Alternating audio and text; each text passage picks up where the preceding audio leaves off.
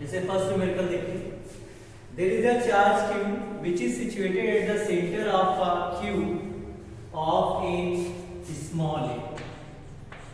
Then calculate the total flux linked to this cube and the flux related to its each surface. यानी एक घन है, उसके केंद्र पे आपने q आवेश रखा हुआ है, उस घन की जो कोर है वो a है, तो उस घन से संबद्ध पूरा वैद्युत फ्लक्स निकालना है। उसके बाद एक सरफेस से, जैसे इसमें 6 सरफेस होती है, तो किसी एक से कितना वैद्युत फ्लक्स जो लिंक है वो हमको फाइंड आउट करना है। तो देखिए कैसे करेंगे।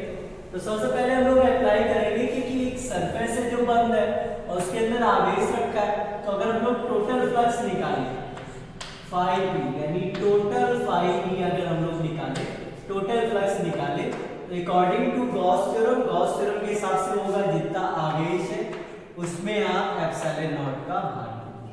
तो ये आ गया कुल आवेश, तो ये हो गया उस पूरे क्यूब से, उस पूरे घन से जो फ्लक्स लिंक है वो आया q अपॉन एप्सिलॉन।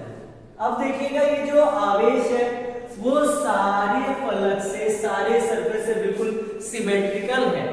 तो अगर हम लोग किसी एक सरफेस की बात करें तो ये जो टोटल फ्लक्स है वो पूरे 6 से बटा हुआ होगा। तो किसी एक की बात करें यानी flux related to each surface, यानी किसी एक सरफेस से कितना फ्लक्स रिलेट कर रहा है वो निकाले। तो कैसे निकालेंगे, तो यूनिटरी मेथड लगा दीजिए। 6 फ्लक्स जो 6 सरफेस है उनसे इतना फ्लक्स रिलेट कर रहा है, तो किसी एक से कितना रिलेट कर रहा होगा, तो q अपॉन एप्सिलॉन नॉट में कितने से डिवाइड करना पड़ेगा, 6 से।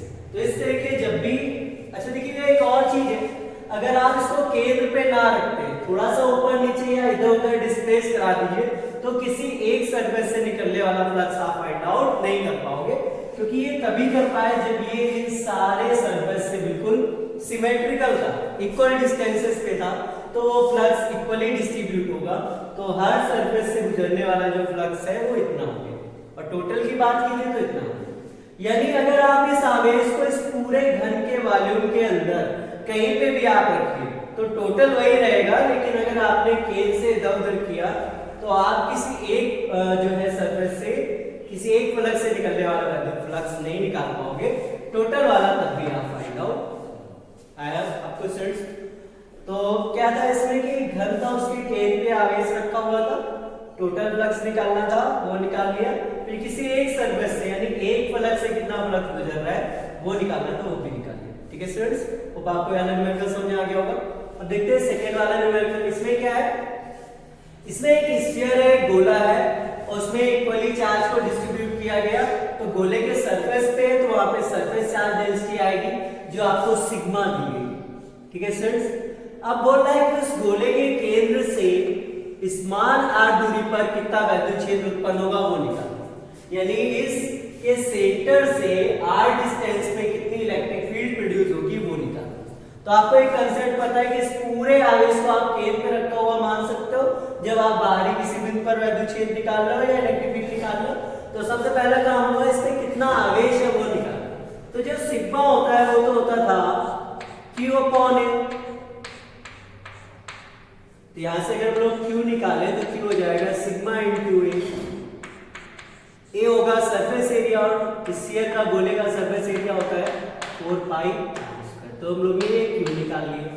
अब हमको इलेक्ट्रिक फील्ड निकालनी है तो जनरली फॉर्मूला जो यूज होता है वही यूज कर लेंगे, 1/4 पाई एप्सिलॉन नॉट k जितना आवेश है अपॉन डिस्टेंस, डिस्टेंस सब है r, उसका q की वैल्यू रख दी जाएगी 1/4 pi epsilon not k, q के लिए लिखेंगे सिग्मा इनटू 4 पाई r स्क्वायर, और अपॉन में आ जाएगा r, 4 पाई से 4 पाई कैंसिल कर देंगे, सॉल्व कर लेंगे, वही हमारा एक्सप्रेशन तैयार हो जाएगा। तो इस तरीके से फिर सेकंड इसी ने पूछा है कि इस गोले के अंदर कितना वैद्युत क्षेत्र होगा, यानी इसके अंदर कितनी इलेक्ट्रिक फील्ड होगी। तो क्योंकि सारा आवेश बाहर वितरित है, सारा आवेश जो है वो बाहर डिस्ट्रीब्यूट है, तो अंदर इलेक्ट्रिक फील्ड कितनी हो जाएगी, 0। यानी इधर अगर आप इलेक्ट्रिक फील्ड निकालो तो आएगी।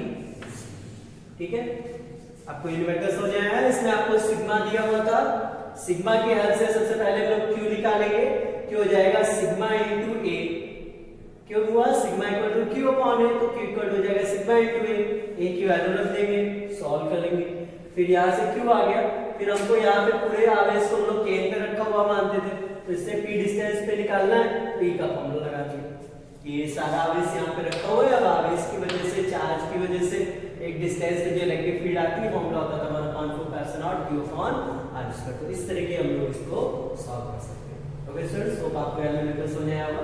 चलिए हम नेक्स्ट वाला देखते हैं। E आपको दिया गया हुआ है एज अ वेक्टर, A आपको दिया गया हुआ है एज अ वेक्टर और टोटल फ्लक्स आपसे पूछा है, तो फ्लक्स का फॉर्मूला होता था E डॉट A। अब डॉट प्रोडक्ट कैसे निकालते हैं, आई वाले कोफिशिएंट का मल्टीप्लाई, तो 2 3 जा 6 हो जाएगा, प्लस जे वाले का मल्टीप्लाई 6, फिर के वाले का मल्टीप्लाई तो -2, और यूनिट फ्लक्स की बनेगी न्यूटन मीटर स्क्वायर पर कूलम। ठीक है स्टूडेंट्स, अभी 6 6 12 मीटर सेपरेट करेंगे तो 0 आंसर आ जाएगा, यानी इस केस में कोई भी फ्लक्स नेट पास थ्रू नहीं हो रहा है। ठीक है स्टूडेंट्स, होप आपको ये तीनों न्यूमेरिकल समझ आए होंगे। चलिए अब नेक्स्ट न्यूमेरिकल देखते हैं।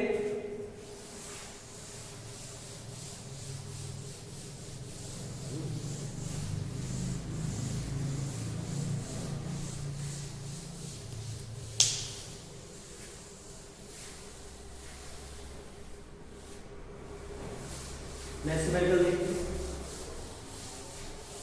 इसमें क्या है, इनफाइनाइट चार्ज डिस्ट्रीब्यूशन है, लीनियर,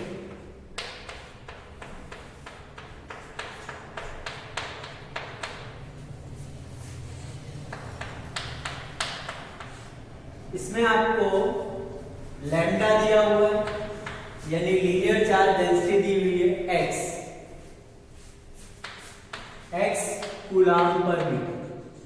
ठीक है स्टूडेंट्स, और आपसे पूछ रहा है इस चार्ज डिस्ट्रीब्यूशन की वजह से R1 और R2 डिस्टेंस पे जो इलेक्ट्रिक फील्ड इंटेंसिटीज आएंगी उनका रेशियो बताइए।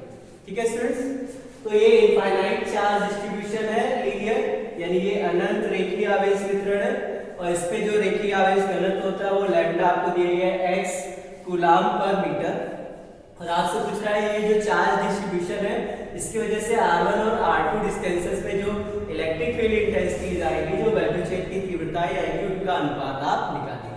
तो सबसे पहले हम लोग E1 निकालेंगे, तो इसके लिए आपको फॉर्मूला याद होना चाहिए। E का फॉर्मूला था lambda upon 2 pi epsilon not into distance. ठीक है स्टूडेंट्स, E इक्वल होता है lambda upon 2 pi epsilon not into distance, जितने डिस्टेंस पे आप फील्ड फाइंड आउट करना चाहते हैं। तो जैसे मान लो पहले वाले की बात करें तो यहाँ पे R1 रख देंगे, दूसरे वाले की बात करेंगे तो यहाँ पे R2 आ जाएगा। अब दोनों का वो रेशियो आपसे पूछ रहा है, तो रेशियो फाइंड आउट कर लेंगे।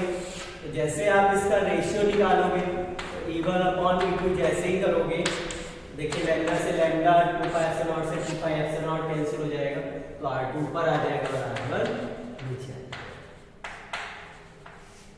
तो आपका फाइनल आंसर हो जाएगा E1 upon E2 is equal to R2 upon. ठीक है स्टूडेंट्स, इसमें क्या था, इनफाइनाइट चार्ज डिस्ट्रीब्यूशन था, उस पे आपका लीनियर चार्ज डेंसिटी दिया हुआ था, उससे R1 और R2 डिस्टेंसेस पे आपको जो इलेक्ट्रिक फील्ड आ रही है उनका रेशियो निकालना था। तो आपने E1 का फॉर्मूला लगाया lambda upon 2 pi epsilon not R1, E2 का फॉर्मूला लगाया lambda upon 2 pi epsilon not R2, फिर दोनों का रेशियो निकालना था तो डिवाइड करा। होप आपको ये सारे न्यूमेरिकल समझ आ गए होंगे स्टूडेंट्स। Thank you.